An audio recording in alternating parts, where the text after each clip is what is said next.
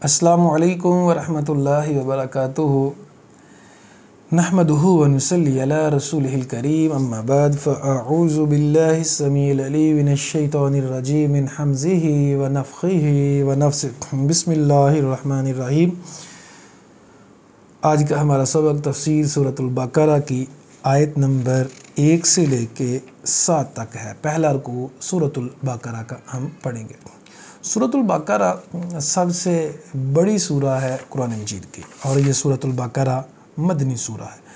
286 to 86 इसकी आयात हैं। मक्की और मदनी आयात को याद करने का बेहतरीन तरीका यह है कि हमें सूरतुल बक़रा की आयात का पता हो। 286 आखिर से 6 को हटा दो तो 28 रह गया, तो 28 जो सूरतें हैं वो मदनी हैं। और अगर हम शुरू से 2 को हटा दें तो 86 रह गया, तो 86 जो सूरतें हैं वो मक्की सूरतें हैं, क्योंकि छोटी छोटी आखिरी पारों में ज़्यादा सूरतें जो हैं वो मक्की हैं और मदनी सूरतें बड़ी बड़ी हैं जैसे सूरतुल बक़रा है। तो इस वजह से जो मदनी सूरतें हैं वो कम हैं, 28 हैं, और 86 सूरतें जो हैं 28 मदनी हैं और 86 मक्की हैं। हाँ, बिस्मिल्लाहिर्रहमानिर्रहीम। सूरतुल बक़रा के बारे में नबी करीम सल्लल्लाहु अलैहि वसल्लम ने फरमाया जिस घर में पढ़ी जाती है वहाँ शयातीन नहीं आते। जिन लोगों को मसला है कि शयातीन आते हैं उनके घरों में या जादू टूने का डर है, उस घर में जादू टूना भी असर नहीं करता और शयातीन भी वहाँ नहीं आते। तो कुरान मजीद की कुहान भी इस सूरा को कहा गया है। बिस्मिल्लाहिर्रहमानिर्रहीम। अलिफ लाम मीम। ये अलिफ लाम मीम हुरूफ़ मुक़त्तआत हैं।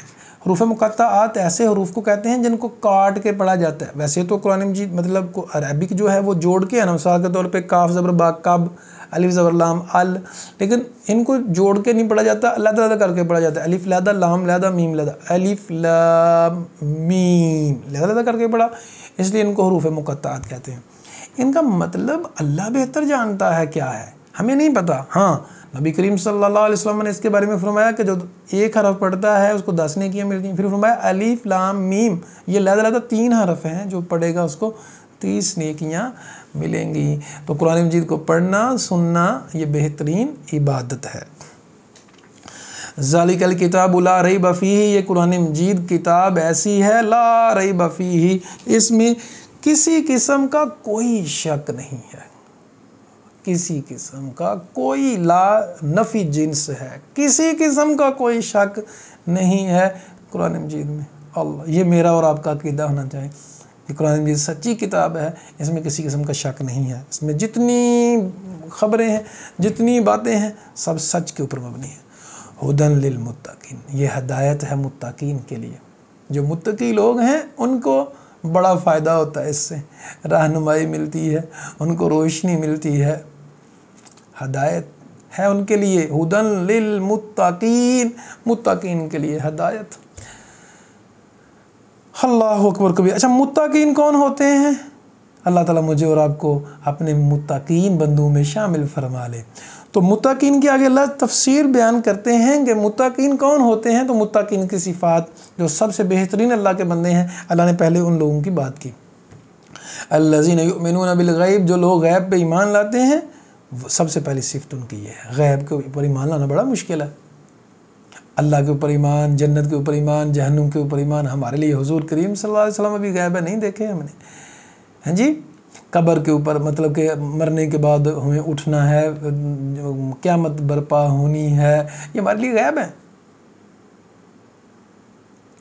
तो गैब के ऊपर ईमान लाना सबसे अहम चीज़, गैब के ऊपर ईमान। वयुकीमून सलात, और नमाज को कायम करना सबसे अहम ईमान। गैब के ऊपर के बाद नमाज कायम करना। अल्लाह ताला हमें नमाज कायम करने की तौफीक दे। अल्लाह ने नमाज कायम करने का हुक्म दिया, पढ़ने का नहीं। पढ़ना तो कभी कभार पढ़ ली जब दिल चाहा, लेकिन नमाज वक़्त के ऊपर पाबंदी से पढ़ना, 5 वक़्त की नमाज, ये है कायम करना। व मिम्मा रज़क़नाहुम युनफ़िक़ून, और जो रिज़्क़ हमने दिया वो खर्च करते हैं। जो रिज़क़, रज़क़नाहुम इसके 3 हिस्से हैं। रिज़क़ ना का माना हम उनको, जो रिज़क़ हमने उनको दिया, युनफ़िक़ून वो खर्च करते हैं। युनफिकून के भी 3 हिस्से हैं। इन्फाक माना खर्च करना, उर्दू में इस्तेमाल करते हैं, या वो वाउन आखिर में तो जमा की बात है, वो खर्च करते हैं। वल्लज़ीना युमिनून, और वो लोग जो ईमान लाते हैं, बिमा उनज़िला इलैक, जो नाजिल किया गया आपकी तरफ, हुमा उनज़िला, और जो नाजिल किया गया आपसे पहले, वबिल आखिरति हुम यूक़िनून, और आखिरत के ऊपर वो यकीन रखते हैं। अच्छा जी, अच्छा 3 नंबर आयत में अल्लाह ताला फरमाते हैं जो रिज़्क़ हमने दिया, इसका मतलब रिज़्क़ रब देता है, इंसान कोशिश करता है, कोशिश करता है। और याद रखिएगा ये पूछा जाएगा कि आपने रिज़्क़ अपना खर्च कहाँ किया था, किन कामों में खर्च किया था, कहाँ से कमाया, किन कामों में खर्च किया। रब देता है रिज़्क़, तो हमने जो खर्च करना होता है रब के दिए हुए में से ही खर्च करना होता है। आगे अल्लाह अकबर, जो आपकी तरफ नाजिल किया गया यानी कुरान और हदीस, और जो आपसे पहले नाजिल किया गया, और आखिरत के ऊपर यकीन रखते हैं। यहाँ कादियानियों का भी इरादा है कि आपके बाद कोई नबी नहीं आएगा, अगर आना होता तो अल्लाह फरमाते जो आपके बाद आएगा उसके ऊपर भी मान लाते हैं। जाहिर बात है, हमें क़यामत तक के लिए किताब है, जिस तरह कादियानी मानते हैं कुरान मजीद क़यामत तक के लिए है, तो फिर इसमें होना चाहिए था जो आपके बाद नाजिल हो। सो नहीं कहा, सो कादियानी झूठे हैं और वो ख़त्म नबूवत का इनकार करने वाले हैं। नबी करीम सल्लल्लाहु अलैहि वसल्लम आखिरी नबी, आखिरत के ऊपर यकीन रखते हैं। अच्छा, गैब में आखिरत भी आ गई थी, लेकिन दोबारा इसका जिक्र किया। जिस तरह क़यामत वाले दिन 5 सवाल होंगे, उसमें ज़िंदगी कहाँ गुजारी ये सवाल होगा, फिर सवाल होगा जवानी कहाँ गुजारी। अब ज़िंदगी गुजारने में जवानी भी है, लेकिन जवानी की अहमियत बड़ी है। यहाँ आखिरत की अहमियत बहुत ज़्यादा है, क्योंकि जिसको आखिरत का यकीन होता है वो जुल्म नहीं करता, वो जुल्म के ऊपर कायम नहीं रहता। तो फरमाया वो आखिरत के ऊपर यकीन रखते हैं। अल्लाह ताला हमें यकीन अता फरमाए। याद रखिएगा, जो यकीन की दौलत से माला माल हो जाते हैं वो कामयाब हो जाते हैं। जो यकीन की राह पे चल पड़े उन्हें मंजिलों ने पनाह दी, जो वसवसों का शिकार हुए कदम कदम पे बहक गए। उलाइका अला हुदम मिर रब्बिहिम, यही लोग हैं अला हुदम मिर रब्बिहिम, अपने रब की तरफ से हदायत पर हैं। व उलाइका हुमुल मुफलिहून, यही लोग कामयाब हैं। उलाइका अला, ये लोग हदायत पे हैं। हमने सूरत फातिहा के साथ का क्या ताल्लुक़ है, हदायत मांगी रब से, इहदिनस सिरातल मुस्तकीम, अल्लाह हमें सिरात मुस्तकीम अता फरमा। तो अल्लाह ने फरमाया सिरात मुस्तकीम कैसे मिलेगा, कामयाबी कैसे मिलेगी, मुत्तकी बनना पड़ेगा, मुत्तकीन की सिफ़ात अपनानी पड़ेंगी, हदायत मिल जाएगी तुम्हें। अल्लाह ताला हमें हदायत अता फरमाए। उलाइका अला हुदम मिर रब्बिहिम, यही लोग हदायत पे हैं, यही लोग कामयाब होने वाले हैं।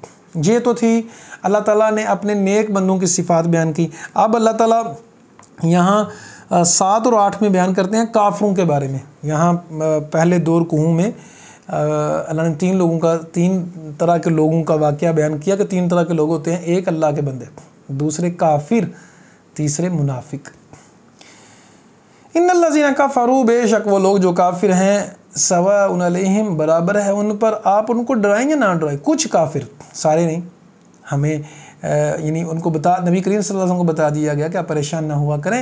ये जो कुछ काफिर हैं उनको आप डराएं या ना डराएं, वो ईमान वाले नहीं हैं। लम तुनज़िरहुम ला युमिनून, वो ईमान लाने वाले नहीं हैं। ख़तमल्लाहु अला कुलूबिहिम, अल्लाह ने उनके दिलों के ऊपर मोहर लगा दी है। वला समिहिम, उनके कानों के ऊपर, उनकी आंखों के ऊपर पर्दा है। वलहुम अज़ाबुन अज़ीम, उनके लिए बहुत बड़ा अज़ाब है।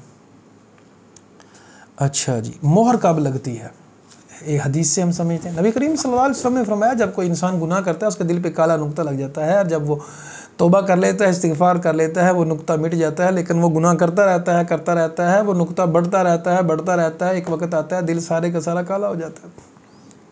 अगर तौबा नहीं करता, इस्तिग़फ़ार नहीं करता, तो इंसान के अपने आमाल का नतीजा होता है कि दिल पे मोहर लगानी है, कि दिल को उजला करना है या साफ़ करना है। अल्लाहु अकबर कबीरा। अल्लाह ताला हमें समझ अता फरमाए, फ़िक्र अता फरमाए, तदब्बुर अता फरमाए। दूसरी बात, उनके लिए दर्दनाक अज़ाब, बहुत बड़ा अज़ाब है। सॉरी, जब भी अज़ाब की बात आए तो अज़ाब से पनाह मांगे, अल्लाह हमें जहन्नुम के अज़ाब से बचा ले। नबी करीम ने फरमाया जो सच्चे दिल से 3 दफ़ा जहन्नुम से पनाह मांगता है, जहन्नुम खुद कहती है अल्लाह इसको मुझसे बचा ले। और जो जन्नत का 3 दफ़ा सवाल करता है, जन्नत खुद कहती है अल्लाह इसको मेरे अंदर दाखिल फरमा दे। मुत्तकीन की बात है तो दुआ करें अल्लाहुम्मा अदखिलना बिरहमतिका फी इबादिकल मुत्तकीन। नहीं अरबी आती, पंजाबी में कह ले, उर्दू में कह ले, अल्लाह हमें अपने मुत्तकीन बंदों में शामिल फरमा। एक मैं नसीहत ये करना चाहूँगा, अपनी ज़िंदगी को ओढ़ना बिछोना अपना दुआएँ बना लें। दुआ ही दुआ करते जाएँ, दुआ ही दुआ करते जाएँ, ये बड़ा बेहतरीन तरीका है। अल्लाह ताला आप सब पे रहम फरमाए, करम फरमाए, फ़ज़ल फरमाए। आमीन सुम्मा आमीन या रब्बल आलमीन। फ़ीडबैक ज़रूर दीजिएगा व्हाट्सएप ग्रुप्स के ज़रिए हमें, कि आप लोगों को लेक्चर कैसे लग रहे हैं, मज़ीद इसको हम बेहतर कैसे कर सकते हैं, तो आप लोग पूछ सकते हैं, सवाल कर सकते हैं। बहुत शुक्रिया, आप लोगों ने हमारे कोर्सेज़ में शिरकत की। अल्लाह हाफिज़।